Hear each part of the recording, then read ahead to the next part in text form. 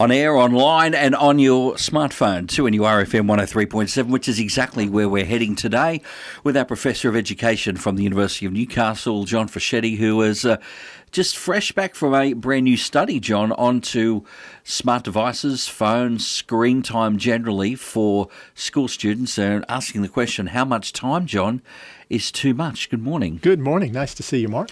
Now, we can cut through the easy part first. Every kid's got a smartphone. 94%. 94%. So, that's basically everybody. And we're spending more and more time on them. The schools have really gone that way. So how much time generally are the youngsters spending on their devices and screens? So, Mark, we talked to 450 teenagers about their use of their smart devices. That can include their tablet or laptop, something connected to the interweb that's allowing them to access these tools we'll call smart. Those are the applications that let you interact and take care of business, do your schoolwork, do a lot of other stuff, kill a lot of time, actually. In reverse order, I might add. Between 7 and 14 hours, our participants volunteered. Now, that includes the time that they're at work. Many are working in jobs where they stare at screens, and their school time. But it means that there's about 3 hours a day that are pretty much what maybe used to be time that people read a book or stared at the sky. I'm not sure. Yeah. Or did anything else other than stare at a screen. So if you take the extreme example, 14 hours, that leaves about 8 hours. Most of that's for sleeping and maybe, getting a bite to eat here or there. That is pretty much most of the time, waking hours that are on screens. Now, surely we're at the point where that's too much. 7 is totally. Probably is logical, because when you consider what school, probably 5 to 6 hours of screen time there. Where's the middle? The number one thing we do now, Mark, is stare at a screen. And professionals are more likely to than those who get to go out and do things in the real world, in the great outdoors. With that comes the worry. And that worry is that too much? And the answer is probably. The students we talk to, virtually all of them say they got this. Now, I don't know if they do or they don't. You and I might say we got this while we're staring at Facebook.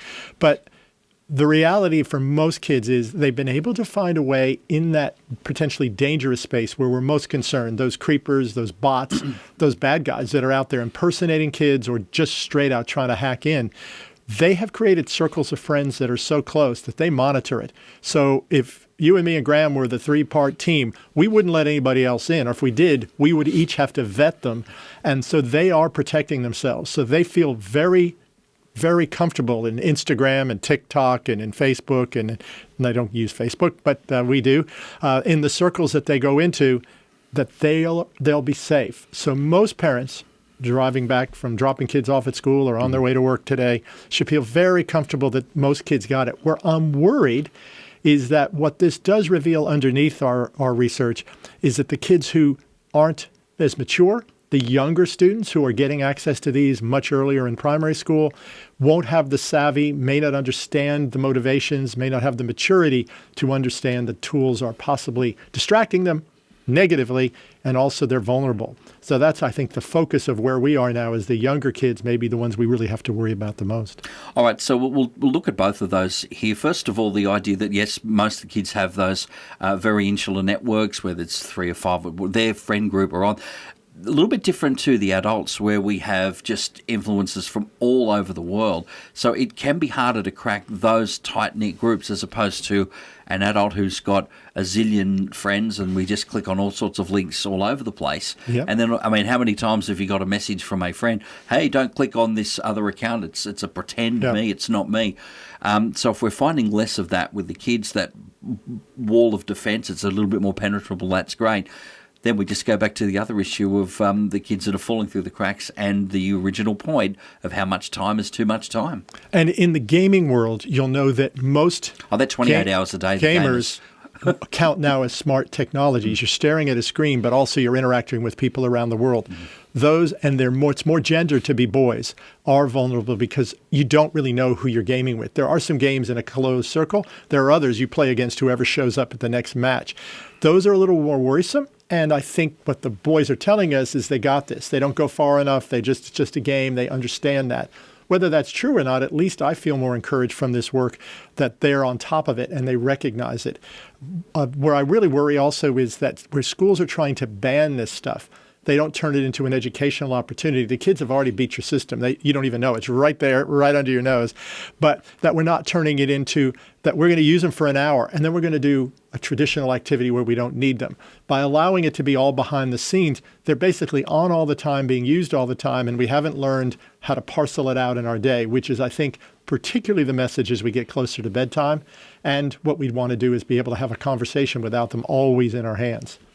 Yeah, well, one for parents there to try and say, okay, well, you've had some time on there, enough now, and let's just do something else.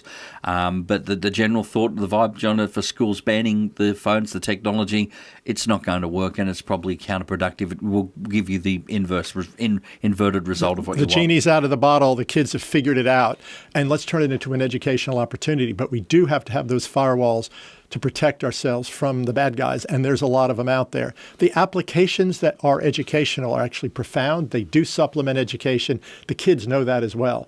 But I still don't think a baby should be having the smartphone in their mouth like they're teething.